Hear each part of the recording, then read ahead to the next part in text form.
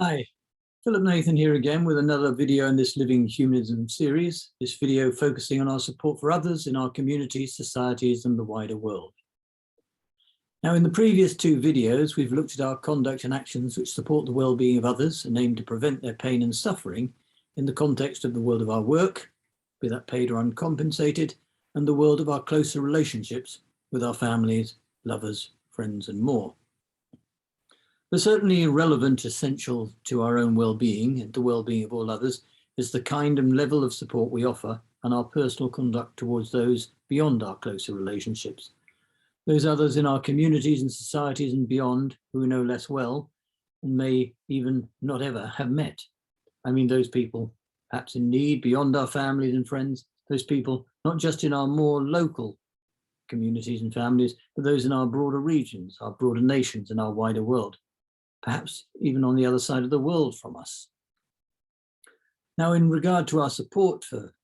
these people, clearly elements already mentioned in these videos, such as, for example, our paid work and voluntary unpaid efforts, will often be helping those others who we often have never previously met, those far from us, and of course, with those working efforts of ours, of course, also supporting our own well-being. But it's worth mentioning our paid and unpaid work again, because of the benefits this work brings in terms of supporting those others in our communities, societies and beyond who we may not know personally. So, revisiting the content to some extent of video 4, through our work roles, we're often likely to be helping and supporting those others who are more personally, socially and geographically distant from us. And that's the case whether we're, for example, just electricians connecting up houses to the grid, or repairing electrical connections and appliances, whether we're IT professionals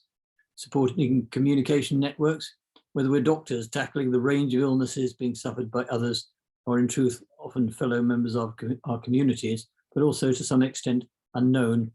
and often strangers to us. Whatever our work role or unpaid roles, we'll often be helping others of whom we know little and whom we only have highly distant relationships with. And in many cases, these people may live beyond our local communities and societies.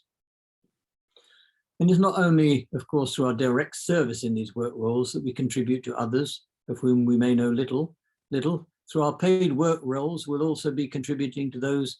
who we have little direct knowledge of, crucially through our taxes, national insurance, other payments we make to government and state, with that money hopefully serving to bolster and help not only those people belonging to our local communities and our broader societies, but also helping those beyond our communities and those societies, helping out our wider humanity, often those in need beyond our closer community and society's borders. In support of all others, including those who are not close to us, not only do we have a responsibility to pay such taxes, but we must do all we can to ensure they are spent well. Certainly operating in appropriate culture and context, we should not be aiming to avoid such taxes, as it seems that some aim to do, because this damage is others in our communities and societies and our broader world. Such avoidance is seen here as acting in a manner which is negatively selfish and destructive of our communities, societies and others.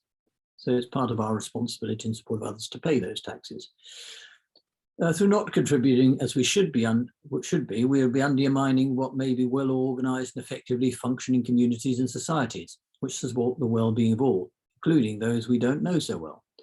Our money is support others, support well-being, and support the avoidance and prevention of pain and suffering,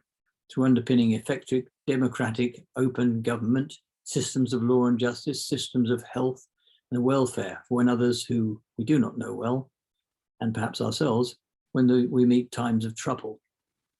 And of course, our taxes will support transportation, defence, education, research, agriculture,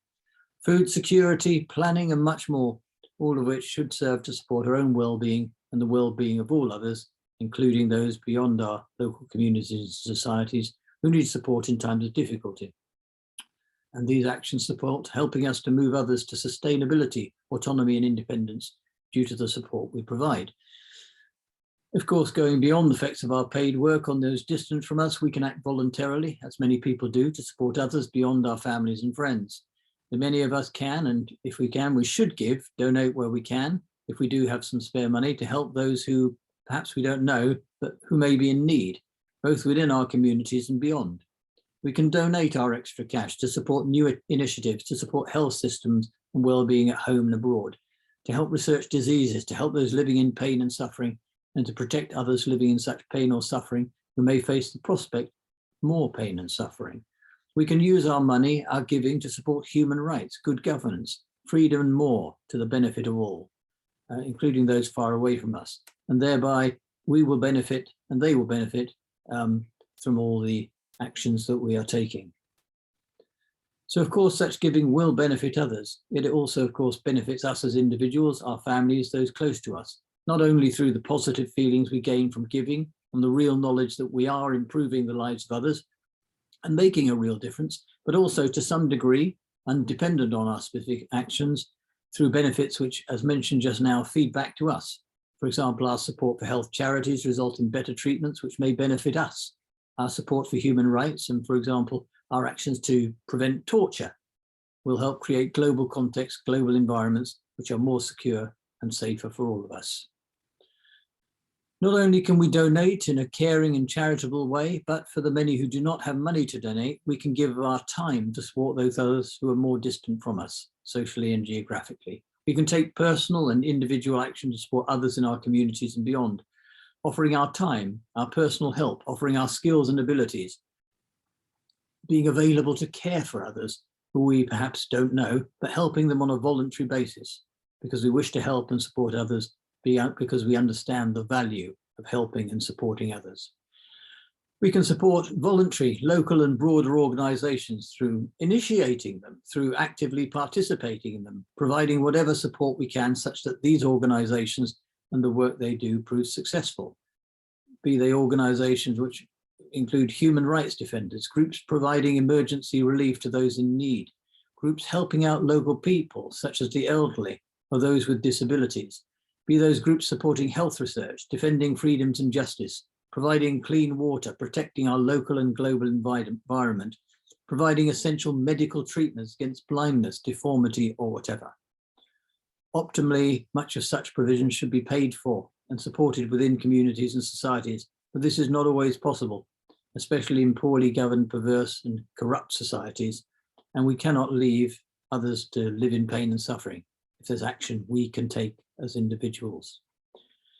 We can support others in our communities, our societies and beyond by contributing to, participating in our democratic processes through activity in voluntary social and political groups, supporting democratic values, human rights, justice and the like, but also through taking an active role and participating in political organisations, including political parties, through participating in local community groups and other organisations which act on and care about local matters, who perhaps aim to take care of our local and more distant environments.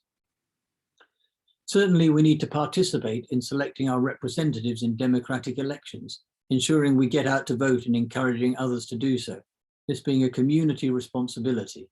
as is ensuring as far as we can fairness and justice in electoral and other processes and other systems, including systems of law. Through such activism, we might be able to give our time as elected councillors or even members of parliament representing our communities and ensuring the maintenance and support of well-being, both locally and beyond, at least as far as we can.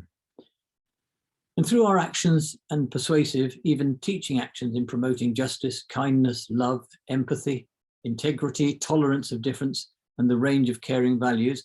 both in our homes, locally with our children, in our local communities, in our societies and beyond, wherever we find ourselves, we will be supporting others beyond the bounds of our immediate circles and promoting positive, caring values all around us. Importantly, we do need to seek, wherever possible and reasonable, to work cooperatively with others. Effective cooperation with others magnifies the things we can achieve in our goal of supporting others, working to the benefit of us all, in the main, though not always, but generally massively improving the range of what we can achieve as individuals in support of others. And that's not to say that we can't work on our own or that individuals can't contribute greatly. But to achieve well working with others, we need to recognize the legitimate interests of others and work peacefully and effectively with them wherever we can, while of course recognizing there are others who may not perhaps wish to be cooperative, who don't know how to cooperate effectively sometimes. Indeed, those who may have negatively selfish, sometimes unpleasant and, if not brutal, malintent, and who may intend to or have the potential to cause ourselves, those we love, have the potential to cause the range of others harm. These are some of the many positive things we can do, but promoting well-being for all, preventing the pain of suffering of others requires more both at home and in the wider world. So of course we need to oppose things like criminality in its many forms, avoiding and wherever we can preventing aggressive violence, opposing corruption, theft, unjust exploitation of others, repression, torture, and much more. We should certainly never engage in these practices ourselves. We just need to speak against and act against any conduct which is likely to cause significant harm to others, both those close to us and those more socially and geographically distant from us. And importantly, in our dealings with all others, we must avoid unjust discrimination against others on grounds of their colour, race, disability, belief system, except where such beliefs threaten real harm to others, on the grounds of gender and other features. This unjust discrimination represents conduct and behaviour which fractures and fragments our world, which ignores our common humanity, our common concern for well-being, our common concern and desire for well-being and avoidance of pain and suffering. It sets one group against another, sets individuals against each other, breaking people apart rather than bringing us together, causing conflict and destroying peace, a peace which supports our own well-being and happiness, as well as the well-being and happiness of all others. So we cannot survive well as humanity with such unjust discrimination, which threatens the well-being of us all. In summary, this video has looked at some ways in which we can support well-being for those who are beyond our immediate families and friends, those less well known to us in our local communities, in our wider societies and beyond. With such support benefiting ourselves as individuals and supporting us all. As with other videos, your comments are welcome in the chat in the comments below, with further more detailed information available in the Living Humanism guides. The next few videos start to look at some additional fundamental principles set out in the Living Humanism book guides. We start in the next video, number 7, with a brief look at the importance and indeed necessity by using reason, rationality, evidence, and of course action to support us in achieving our goals, both personally and individually, as communities, societies, and as a broader humanity. With this 7th video combining that focus on rationality, reason, evidence, and action with a focus on the role of our passions, our emotions, our instincts in supporting our own well-being and the well-being of others.